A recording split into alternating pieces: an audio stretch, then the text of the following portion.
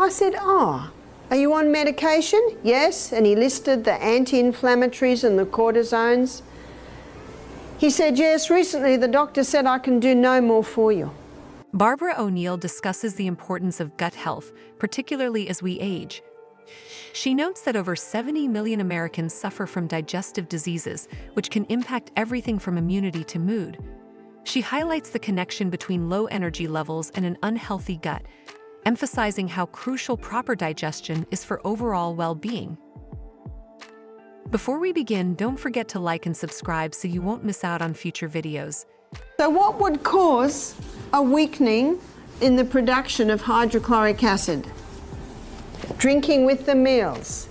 You see, digestion is a chemical process, and that whole reaction I just showed you only happens in an acid environment. If people are drinking with their meals, it waters down the acid so you don't get that connection. And it's an American habit, isn't it? Certainly an Australian habit. Michael and I go to a restaurant and the waiter, what's the first thing he asks? What will you drink? No, we won't have anything to drink. Oh, we'll just bring you water. Now, if we say no, thank you, every waiter in the restaurant is coming to us. You don't have water? We let them put the water there. Okay, it just keeps them quiet. I think it's because people are so busy, they've got no time and they sit to eat. Oh, I haven't drunk. And then they drank water. And a lot of people think they'll just wash the food down. Wash the food down, they basically wash all their digestive enzymes away. We should be stopping water ideally half an hour before the meal, resume about an hour and a half after the meal. That hour and a half allows time for those digestive enzymes to start their breakdown. If someone's thirsty after a meal, by all means have a mouthful. But large fluid with the meal will water it down. Also, when people are eating every couple of hours, you see, we have one stomach. And that stomach, there's much research to prove this, that one stomach takes 3 to 4 hours to digest. And then that stomach loves a 1 hour rest. So what's that between meals? That's 5 to 6 hours between. Surely not for children. Do you know they've got the same digestive tract? And you might have noticed, I worked out very early, children say they're hungry when they're bored. Have you noticed? And often, when a hunger pang is experienced between meals, it's often dehydration. One day my son Peter came to me and said, Mum, the water's not doing it anymore. I looked at my watch and said, great, it's lunchtime. When the water's not doing it anymore, it usually is time. It is time to eat. One of the key issues O'Neill addresses is how common habits, such as drinking liquids with meals, can weaken the production of hydrochloric acid in the stomach. She explains that digestion is a chemical process that relies on the acidity of the stomach to activate digestive enzymes. Drinking water or other fluids during meals dilutes this acid, making digestion less effective. This leads to indigestion, bloating, and poor nutrient absorption. O'Neill advises stopping water intake 30 minutes before a meal and resuming about 1.5 hours afterward, allowing the body to fully digest food and absorb nutrients without interference from fluids. Additionally, O'Neill touches on how stress and aging naturally decrease stomach acid production. As people grow older, their bodies produce less hydrochloric acid, which can result in inefficient digestion. Stress further compounds this issue by diverting energy away from the digestive system, hindering its ability to function properly. This can lead to bloating, nutrient deficiencies, and even conditions like irritable bowel syndrome, IBS. And when the contents of the small intestine gets into the large colon, it's usually mostly liquid.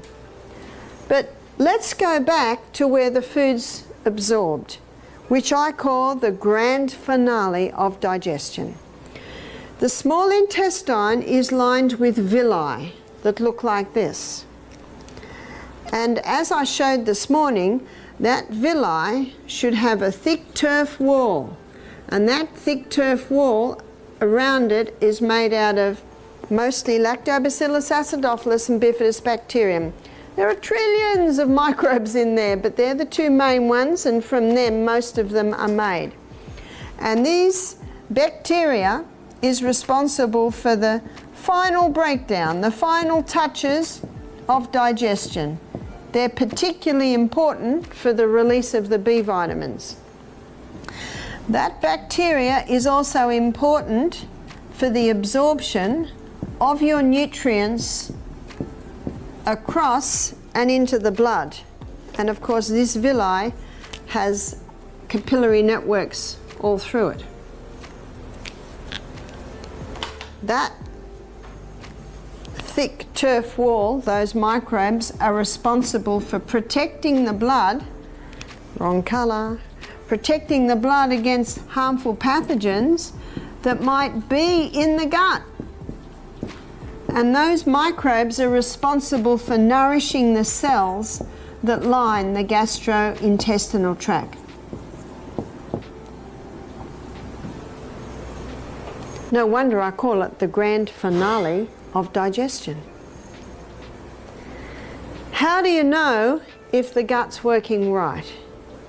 Let me give you a story of a man that came to our health retreat with his wife. He was 68, his wife was 67. I said, what is your reason for coming to our retreat? He said, I'm here to accompany my wife. I said, right. I said, how many bowel movements do you average a day? Because I did a health assessment on him. He said 6. I said, oh, that's a lot. He said, yes, I've got irritable bowel. Barbara provides practical tips on improving gut health.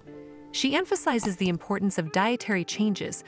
O'Neill recommends incorporating probiotics into the diet to restore the balance of gut bacteria, which play a critical role in digestion and nutrient absorption. She highlights the role of beneficial bacteria, which not only aid digestion but also protect the gut lining from harmful pathogens and ensure proper absorption of essential nutrients. I said, oh. And then I looked at what he ate. He loved bread, he loved meat, he loved dairy, and he loved sugar, and he loved a couple of scotches every night. You see, when you're healing an irritated gut, this is what you've got to do. Number one, stop all the irritants. What are the irritants? Wheat, dairy, in fact, all the things he was having. Refined sugar, alcohol. All of these foods are like kerosene to a fire to an irritated gut. And he was having lots of them. Number 2, probiotic. Probiotic is for life. And that cortisone that he was on, it can break down that gut flora. The very thing he was taking to supposedly heal him, it wasn't at all. All it does is stop the gut being inflamed. And on all that medication, he's going 6 times a day. And number 3, there is a herb called... In terms of lifestyle, O'Neill stresses the importance of mindful eating, hydration, and stress management. Drinking enough water, but at the right times, helps keep the digestive system running smoothly and prevents constipation. What this colon needs, and we looked at that a little bit today, it needs fibre. Your vegetables are your highest fibre food. Vegetables are high in fibre, high in minerals, low in sugars. Whereas fruit is high in fibre, but it's high in sugars and low in minerals. So your healing foods are more your vegetable foods. One of the main functions of the colon is to take water out so stools are formed. So it's very important to drink adequate water so your colon doesn't have to take too much water out to form the stools. So what happens if a person is only going once a day? How can they encourage their colon to go more? Choose a high fibre diet, make sure they're well hydrated, make sure they're exercising. What if they're doing all of that and they're still only going once a week? And I've met some people that are. or usually when they start that, they'll start going at least 3 times a week. The cells in our body develop habits, and often the colon has developed a habit. So it's actually, even though you're doing everything right, it's in the habit of not going. So there are herbs that'll revive colon function.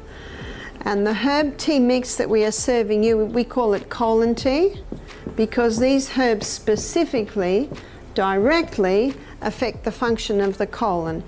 And this is the recipe: 1 part cascara, 2 part licorice, and 3 part buckthorn.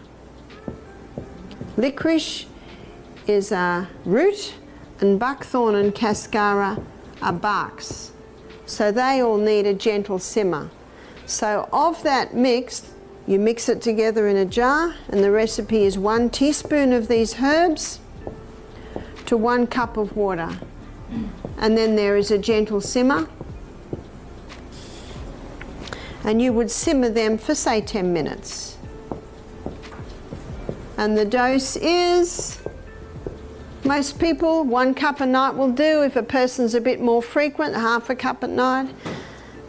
Only in about 3 cases have I ever met people that would need 3 cups a day. But not forever. These herbs, if continually taking, it gets to the point where you have to take less and less and less. Your body's guide basically is your body's response. Or your guide is your body's response. This is the only tea that I know that acts like a laxative, but it's not addictive, because eventually you'll go so much you won't need to take it.